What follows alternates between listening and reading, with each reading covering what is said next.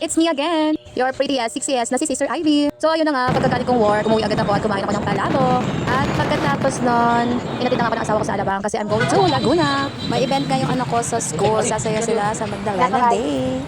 So dahil late na nga, wala na ako naabutin ng bus. So nag-banda na ako, then nag-jeep, then tingnan nyo ang tsura ko, diba? Parang pinapapagpag ng hangin.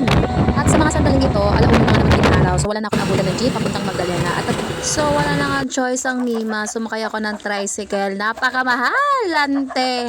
So pagdating ko nga, umupula ako saglit, nagpahinga at maya-maya nagising na nga yung anak ko dahil call time nila is 3:00 ng umaga. At pagdating nga namin sa school, napakahaba ng pila para sa makeup. So ang ginawa ko, pinag-almusal ko muna yung anak ko. At nagulat nga ako mga ante sa aking anak, napakaitim niya mga sister. So araw-araw kasi sila nagpa-practice, sa initan pa nga. So yung anak ko na nga make-upan. Sabi ko doon sa makeup artist, pakikapalan. Ciao! O diba, nagmukhang tao na siya. So simula nga nung nilipat ko sila dito sa Laguna, naging independent yung anak ko. Ay hindi pala, naging maarte na siya te. Every time nga na uuwi ako dito sa Laguna, pinapagalitan ko siya kasi nga naman, napakaitim niya ng mga sister. So pagkatapos nga niya make-upan, ayan, binihisan ko na rin siya. So nagpaala ka nanay talaga ang sister mo dito. At sinulit ko rin naman yung mga araw na wala ako. Pero habang nagbibihis kami niya, pinapagalitan ko siya mga sister ko kasi napaka-arte nga. Iba talaga mga kabataan ngayon, hindi nagbana sa aking maganda. At sabi ko nga sa kanya dyan, malapit na tayo magsama-sama ulit. Araw-araw na kitang papagalitan. So ayan, nakasimangot na siya. Kaloka naman kasi iba ang tubig dito sa Laguna, nakakaitim. So pagkaayos niyan, ayan, nag-aura-aura na siya mga auntie ko. O, diba? Pak, ganun. Manang-mana sa pinagmanahan. O, di pa siya natapos, te. Ayan, rumampa pa siya. So, for the TikTok na mga Mima. At gandang-ganda na naman sa sarili ang kanyang ina. Siyempre.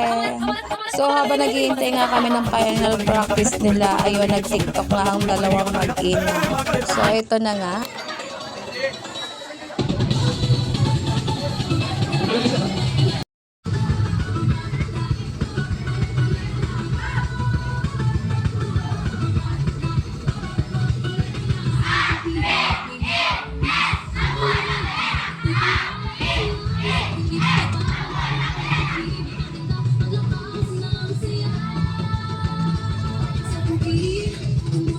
Ako sa inyo sa mga kumukulit saan. Nandiyan ako sa unang yan. Hindi ko na makurap, nandiyan ako. Ready? Ready na maayos? And go! Maayos na maayos. Hindi magkakagulo ha. Tandaan nyo sa ilalagay.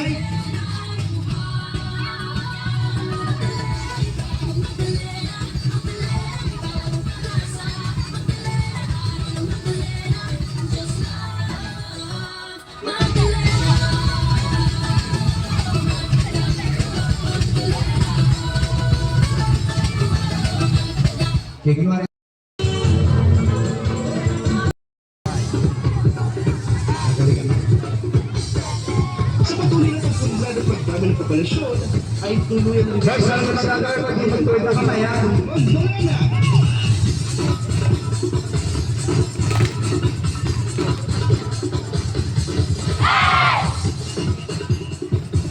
Kumain ka, baka madumihan agad.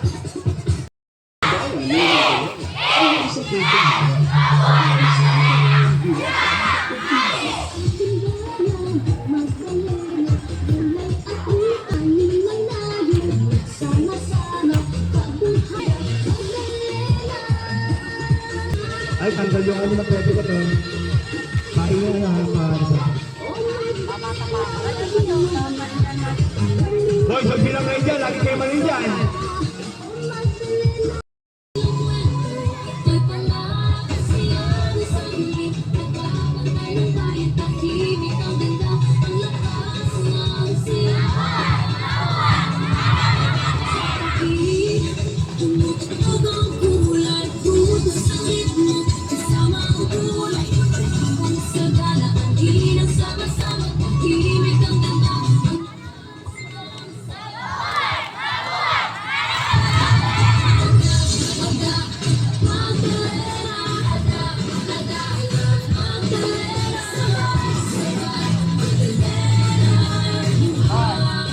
then 7 and 8. Bagal. 1, 2. Bagal. 3, 4, 7, 8.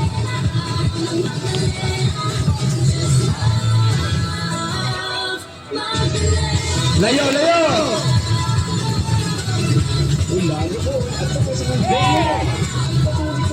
Wala na.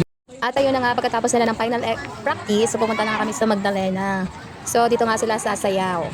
At super excited na nga ang mga magulang, o diba? Kanya ng aurahan. Marami ng kalahok, marami silang maglalaban-laban. So merong big school at may small school. So habang nagpe-prepare sila, ayan. So meron nga ditong cameraman at photographer na kukuha para sa kanilang highlights. So dahil bida-bida ako dito, ayun. Kunwari instructor ako. Aray ko po. So ang tikit nga ng mga bata, ayan o, diba? Ang tawag yan, sturdy daw yan. Actually, yung grupo ng school namin, ng RPS, ang pinakamarami exposure. Yes, mga mima, kami ang pinakamaraming kuha ng video. Dahil nga bida-bida mga magulang dito sa RPS. Charis! Oh, parang na-KMJS na yan, diba?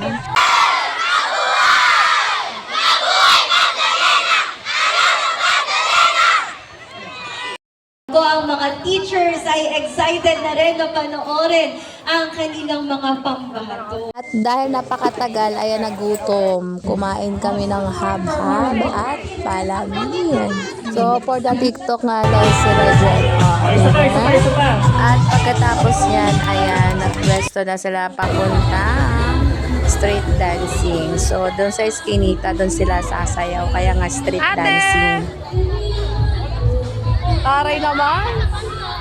O, diba? Napaka-maldita, manang-mana sa inyo. So, dahil last nga sila magpe-perform, ayun, mga hulas na sila mga mima. Pati ako nahulas na sa kainitan. So, ito na, sasalang na sila. Napaka-excited na nga. So, dahil hindi na ako nakapag-record kasi nakapag-live na ako mga mima, wala akong record ng sayaw nila.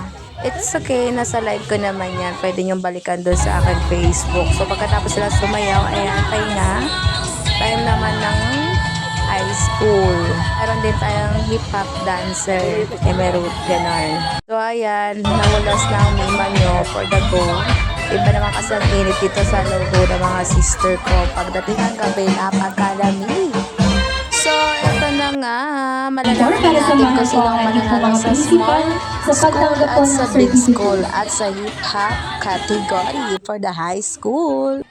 At ilang beses na nga nanalo ang RPS. At kung mananalo nga sila this time, pang-apat na nila to. And this year's first runner-up is...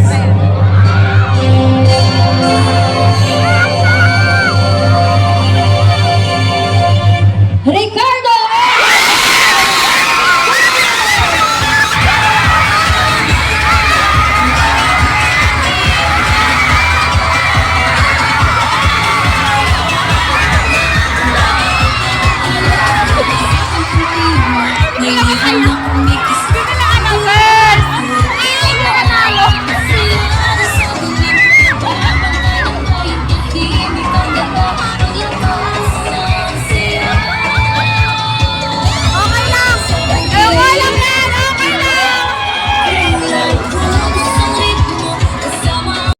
Total of 281 points.